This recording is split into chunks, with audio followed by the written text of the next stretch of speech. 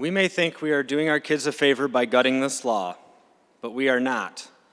In fact, we would be doing our children a great disservice by signaling that we don't care whether or not they are prepared for lifelong learning and success. We absolutely do care if our children are successful, and this law helps them succeed by setting clear expectations and goals. The goal of this law is not to punish kids or to hold them back. The goal is to help every child right now and in the future by ensuring they know how to read at least a second grade level as determined by the state assessment before they advance to fourth grade. They can also demonstrate a third grade reading level in alternative methods. This law is fundamental and it is necessary now more than ever. Not long ago, our schools were shut down for long periods of time during the COVID-19 pandemic. Which schools were closed the longest?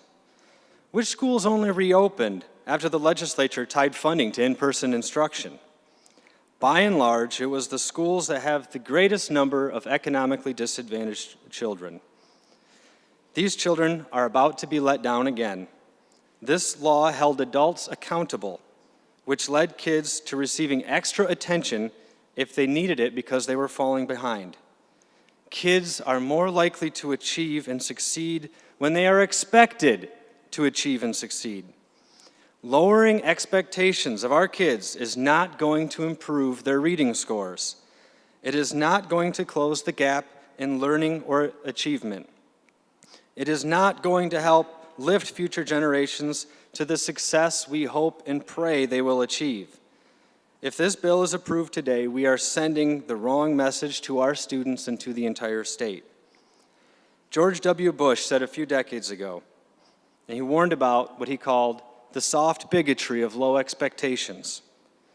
It was just a few years ago that we saw a lawsuit settlement reached on behalf of Detroit school children that highlighted the fact that these children were not getting the instruction that they needed.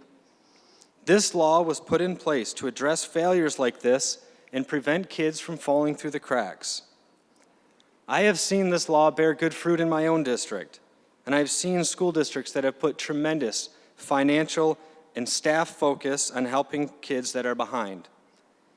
I have continually supported more resources for our schools, including initiatives to help kids read and learn at an early age.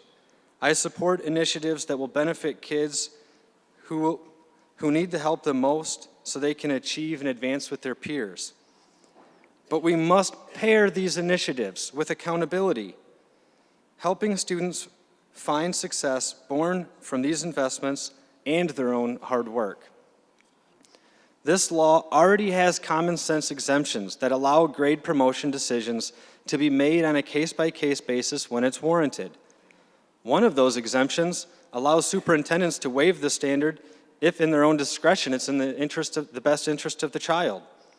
But we must not do away with the standards altogether.